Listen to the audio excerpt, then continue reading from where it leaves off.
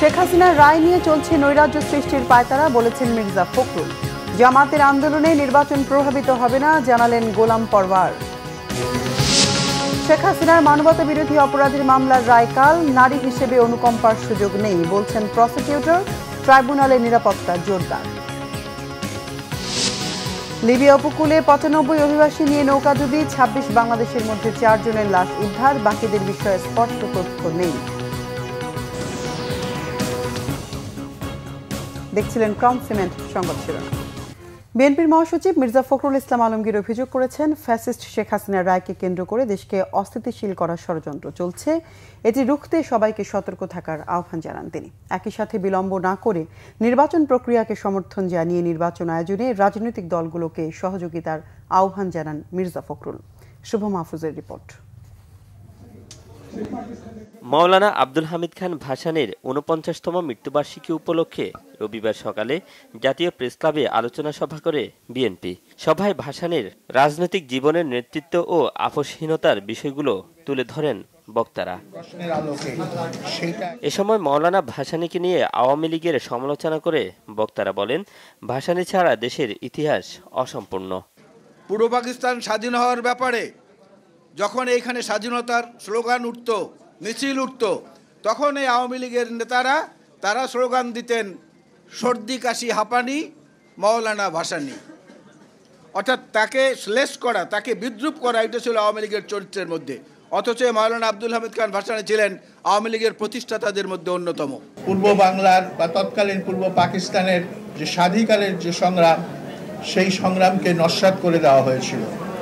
এরই বিরুদ্ধে মাওলানা ভাসানী প্রতিবাদ জানান।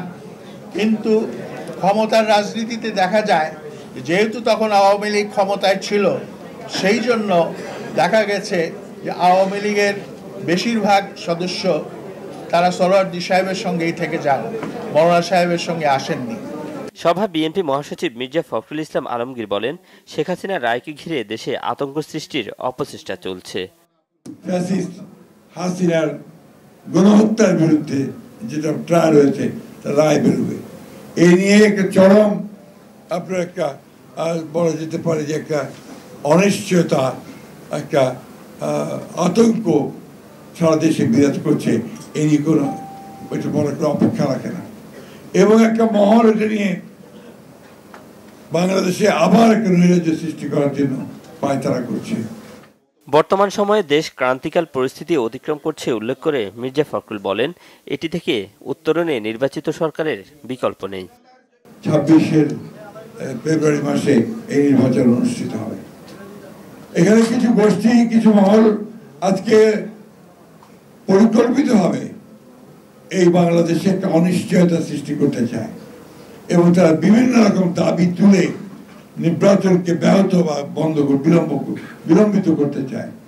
কিন্তু এই দেশের মানুষের এখন সবচেয়ে বড় প্রয়োজন যেটা, তারা হচ্ছে একটা নির্বাচিত সরকার, যার পেছনে জনগণ থাকবে। নির্বাচন বিনষ্টে একটি গোষ্ঠী পরিকল্পিতভাবে কাজ করছে বলেও অভিযোগ করেন বিএনপি মহাসচিব। শুভ মাহফুজ, বাংলা ভিশন, ঢাকা। অন্তর্বর্তী সরকারের যেসব বিষয়ে গুরুত্ব দেওয়া উচিত ছিল, সেসব বিষয়ে তারা কাজ করছে না বলে মন্তব্য করেছেন বিএনপি সিনিয়র যুগ্ম মহাসচিব রুহুল কবির রিজভী। সকালে পটুয়াখালী সদর উপজেলা বড়বিঘা ইউনিয়নের আব্দুল গনি জমাদ্দারের পরিবারকে সহায়তা শেষে তিনি একথা বলেন। এ সময় বর্তমান সরকারের বেশ কিছু বিষয় নিয়ে সমালোচনা করেন বিএনপির এই নেতা। কয়েকটি দলের পিআর পদ্ধতি ও গণভোটের আইনি ভিত্তি নিয়েও প্রশ্ন তোলেন। ৫ দফা দাবিতে জামাত ইসলামীর আন্দোলন নির্বাচনকে প্রভাবিত করবে না বলে জানিয়েছেন দলটির সেক্রেটারি জেনারেল মিয়া গোলাম পরওয়ার। রবিবার মগবাজার দলের কেন্দ্রীয় কার্যালয়ে জামাত সহ ইসলামী সমমনা ৮টি রাজনৈতিক দলের বৈঠক শেষে সংবাদ সম্মেলনে এসব কথা বলেন জামাতের সেক্রেটারি জেনারেল। আরও জানান, সম্প্রতি প্রধান উপদেষ্টার ভাষণে জনগণের চাহিদা আংশিক পূর্ণ হয়েছে। একই দিনে গণভোট ও জাতীয় সংসদ নির্বাচনের সিদ্ধান্ত বিষয়ে সৃষ্ট সংশয় সরকারকেই সমাধান করতে হবে। বিভিন্ন জেলায় হঠাৎ ডিসি বদলের ঘটনা উদ্বেগজনক উল্লেখ করে সরকারকে নিরপেক্ষ থেকে আসন্ন নির্বাচনের লেভেল প্লেইং ফিল্ড তৈরির আহ্বান জানানো হয় সংবাদ সম্মেলনে।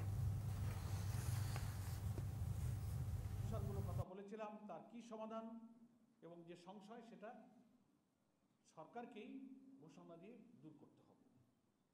আমাদের জুলাই সনদের আইনি ভিত্তির প্রয়োজনে যে গণভোটটা যখন হবে, এই গণভোটের সংস্কারের পক্ষে আমরা সবাই হা বলব এবং জাতিকে আমরা হায়ের পক্ষে ভোট দেওয়ার জন্য উদ্বুদ্ধ করব। আমাদের এই আন্দোলনের জন্যে সংস্কার প্রস্তাবের গুরুত্বপূর্ণ ম্যাটেরিয়ালসগুলো কিন্তু ঐক্যমত্য কমিশন এবং গণভোটে ইনশাল্লাহ যাচ্ছে। এটা আন্দোলনেরই ফসল। আর আন্দোলনের মধ্য দিয়ে আমরা মনে করি নির্বাচন প্রভাবিত হবে না, বরং এই নির্বাচনকে অবাধ, সুষ্ঠু, নিরপেক্ষ হওয়ার ক্ষেত্রেই আমাদের এই আন্দোলন ভূমিকা রাখবে। শেখ হাসিনা সহ ৩ আসামির বিরুদ্ধে করা মানবতা বিরোধী অপরাধের মামলার রায় আগামীকাল। বাংলাদেশ টেলিভিশনে রায়ের কার্যক্রম সরাসরি সম্প্রচার করা হবে বলে জানিয়েছে প্রসিকিউশন। নাবিল জাহাঙ্গীরের রিপোর্ট। ৫ মাসের আনুষ্ঠানিক বিচারিক কার্যক্রম শেষে সোমবার ঘোষণা হতে চলেছে জুলাই আগস্টের মানবতাবিরোধী অপরাধের প্রথম কোনো মামলার রায়। এদিন সাবেক প্রধানমন্ত্রী শেখ হাসিনা ও সাবেক স্বরাষ্ট্রমন্ত্রী আসাদুজ্জামান খান কামাল এবং আসামি থেকে রাজসাক্ষী হওয়া সাবেক আইজিপি আবদুল্লাহ আল মামুনের মামলার রায় দিতে চলেছে ট্রাইব্যুনাল। এই মামলায় পলাতক 2 আসামি শেখ হাসিনা ও আসাদুজ্জামান খান কামালের সর্বোচ্চ শাস্তি প্রত্যাশা করছে prosecution. Prosecutor Gazi MH Tamim জানান, ট্রাইব্যুনালের আইন অনুযায়ী নারী হিসেবে শাস্তির ক্ষেত্রে শেখ হাসিনার বিশেষ কোনো ছাড় পাওয়ার সুযোগ নেই। ক্রিমিনাল জুডিসপ্রুডেন্স যেটা আমাদের দেশে সিআরপিসি আছে, সেখানে জামিন প্রদানের ক্ষেত্রে নারীকে, অসুস্থকে এবং কিশোর বালক শিশুদেরকে প্রিভিলেজ দেওয়া আছে, কিন্তু রায় প্রদানের ক্ষেত্রে নারীকে আমাদের সাধারণ আইনেও কোনো আলাদা প্রিভিলেজ দেওয়া হয় নাই, আর আমাদের এই আইনেও কোনো আলাদা প্রিভিলেজ নেই। এই মামলায় প্রসিকিউশনের পক্ষ থেকে যে 5টি অভিযোগ আনা হয়েছিল, প্রসিকিউশন 5টি অভিযোগই সন্দেহাতীতভাবে প্রমাণ করতে সক্ষম হয়েছে এবং প্রসিকিউশন সর্বোচ্চ শাস্তি মৃত্যুদণ্ড প্রার্থনা করেছে। রায়ে দোষী সাব্যস্ত হলে আদালতে আত্মসমর্পণ কিংবা গ্রেপ্তার হওয়া ছাড়া এর বিরুদ্ধে আপিল করতে পারবে না আসামিরা। দোষী প্রমাণিত হলে রায় প্রকাশের পর ইন্টারপোলের কাছে আবারও পলাতক আসামিদের গ্রেপ্তারের আহ্বান জানাবে প্রসিকিউশন। কালকে যদি রায় হয় এবং রায়ে যদি ট্রাইব্যুনাল ওনার বিরুদ্ধে শাস্তি প্রদান করেন, তাহলে আমরা আরেকটি কনভিকশন ওয়ারেন্টের আবেদন ইন্টারপোলে আবার পাঠাবো তার বিরুদ্ধে রেড নোটিশ জারির জন্য। যে সকল আসামিরা এই মামলায় পলাতক আছে তারা গ্রেফতার হওয়া অথবা সারেন্ডার করা ছাড়া অ্যাপিলেট ডিভিশনে আপিল করতে পারবেন না। পৃথিবীতে এখন পর্যন্ত যত এই ধরনের মানবতা বিরোধী অপরাধ হয়েছে, কেউই স্বীকার করেনি যে ওনারা অপরাধী। তারই অংশ হিসেবে উনি অস্বীকার করেছেন, কিন্তু আদালত এটাকে ডিসাইড করবেন যে উনি আদৌ অপরাধী কি নয়। প্রথম কথা হলো যে এই ট্রাইব্যুনালে হাজির হয়ে উনিও সব কথা বলতে পারবেন। হাজির না হয়ে উনি যে সকল কথা বলবেন সেটা আইনের দৃষ্টিতে কোনো বক্তব্যই নয়। রায় ঘোষণাকে কেন্দ্র করে ট্রাইব্যুনাল এলাকায় নিরাপত্তা জোরদার করা হয়েছে। আসামিদের বিরুদ্ধে জুলাই আগস্টের আন্দোলন দমনে মারণাস্ত্র ব্যবহারের নির্দেশ, উস্কানি ও প্ররোচনা, আবু সাইদকে হত্যা, চানখারপুলে 6 জনকে হত্যা এবং আশুলিয়ায় মরদেহ পোড়ানো সহ মোট 5টি সুনির্দিষ্ট অভিযোগ রয়েছে। নাবিল জাহাঙ্গীর, বাংলা ভিশন, ঢাকা। ঢাকা 14 আসনে জামাত প্রার্থী ব্যারিস্টার আরমান বলেছেন, রাজনীতি পরিশুদ্ধ না হলে জুলাই সনদ শুধু কাগজের উপর কালি হয়ে থাকবে। একই আসনে বিএনপি প্রার্থী সানজিদা তুলির মতে প্রতিটি দলের উচিত আগামীর বাংলাদেশ গড়ায় প্রতিহিংসার রাজনীতি পরিহার করা। সকালে ডিবেট ফর ডেমোক্রেসি আয়োজিত ছায়া সংসদ বিতর্ক প্রতিযোগিতায় অতিথি হিসেবে তারা এসব কথা বলেন। টেকসই গণতন্ত্রের জন্য ফ্যাসিবাদ বিরোধী রাজনৈতিক দলগুলোর ঐক্যমত্য নিয়ে ছায়া সংসদ বিতর্কে ব্যারিস্টার আরমান বলেন, সময় এসেছে রাজনৈতিক দলগুলো সঠিক পথে আছে কিনা তা নিয়ে আত্মসমালোচনা করার। উত্তর না হলে অন্ধকার আবারও ফিরবে বলে সতর্ক করেন তিনি। সানজিদা তুলির মতে, যখন গণতান্ত্রিক প্রতিষ্ঠানগুলো ধ্বংস হতে থাকলো তখন থেকে ফ্যাসিজম কায়েম হতে থাকলো। তিনি বলেন, তারা এমন রাজনৈতিক পরিবেশ তৈরি করতে চান যেখানে ভিন্ন মতের প্রতি শ্রদ্ধা থাকবে। বিতর্কে সরকারি দল শেরেবাংলা কৃষি বিশ্ববিদ্যালয়কে হারিয়ে বিরোধী দল অতীশ দীপঙ্কর বিজ্ঞান ও প্রযুক্তি বিশ্ববিদ্যালয় জয়ী হয়।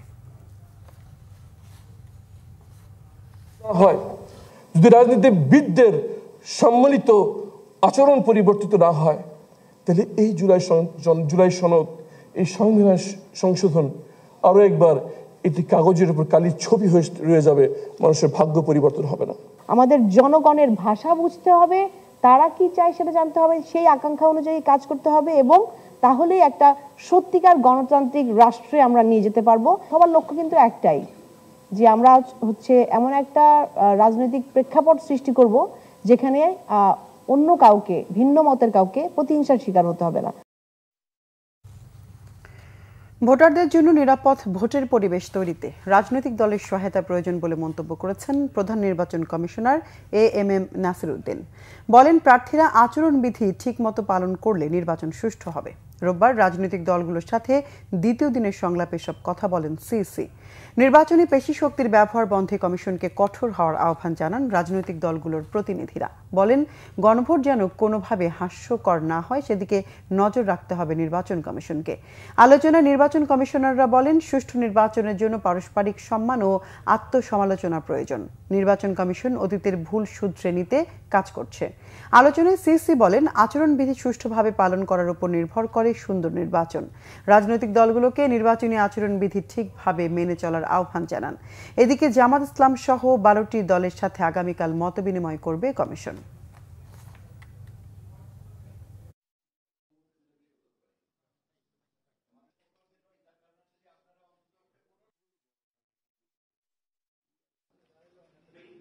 এই আচরণবিধি পরিপালনের উপরে নির্ভর করে একটা সুন্দর নির্বাচন। কিন্তু আচরণবিধিটা সুষ্ঠুভাবে ক্যান্ডিডেটরা যদি পালন করেন তাহলে নির্বাচনটা কিন্তু সুন্দর হয়।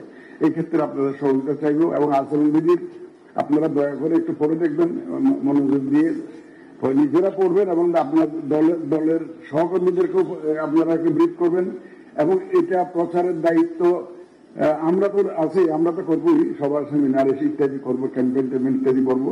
আপনারাও আপনাদের পর্যায়ে যদি দলীয়ভাবে যদি এই আচরণবিধিটা একটু প্রচারের ব্যবস্থা করেন, আপনাদের দলের কর্মীদেরকে যদি আচরণবিধিটা দেন যে these are the rules which have to be followed during election, তাহলে আমাদের জন্য একটু সহায়ক হয়। আন্তর্জাতিক প্রসঙ্গ। লিবিয়ার উত্তর পশ্চিমাঞ্চলীয় আল খুমস উপকূলে 95 জন অভিবাসন প্রত্যাশী নিয়ে 2টি নৌকাডুবির ঘটনায় 4 বাংলাদেশের মৃত্যু হয়েছে। আল জাজিরার প্রতিবেদন অনুযায়ী বৃহস্পতিবার রাতে লিবিয়ার ওই উপকূলটিতে নৌকাডুবি হয়। খবর পেয়ে ঘটনাস্থলে যায় উদ্ধারকারী দল। প্রথম নৌকাটিতে 26 জন বাংলাদেশি অভিবাসন প্রত্যাশী ছিলেন। তাদের মধ্যে 4 জনের মরদেহ উদ্ধার করার বিষয়টি নিশ্চিত করেছে লিবিয়ান রেড ক্রিসেন্ট। তবে বাকিদের ব্যাপারে স্পষ্ট কোনো তথ্য দেয়নি সংস্থাটি। দ্বিতীয় নৌকাটিতে 2 জন মিশরীয় এবং 67 জন সুদানি অভিবাসন প্রত্যাশী ছিলেন। এদের মধ্যে 8 জন শিশুও ছিল বলে জানিয়েছে রেড ক্রিসেন্ট। অবৈধ পথে ইউরোপে পৌঁছাতে ভূমধ্যসাগর পাড়ি দেওয়ার জন্য লিবিয়াকে প্রধান ট্রানজিট পয়েন্ট হিসেবে ব্যবহার করে থাকে অনেক অভিবাসন প্রত্যাশী। নানা প্রতিকূলতায় প্রতিনিয়ত এতে মৃত্যু হচ্ছে অসংখ্য মানুষের। দর্শক, এ ছিল এখনকার মতো। পরের সংবাদ সন্ধ্যা 6টায়। এর আগে 5টায় রয়েছে নিউজ টপ 10 দেখার আমন্ত্রণ রইল। এতক্ষণ সঙ্গে থাকায় ধন্যবাদ সবাইকে।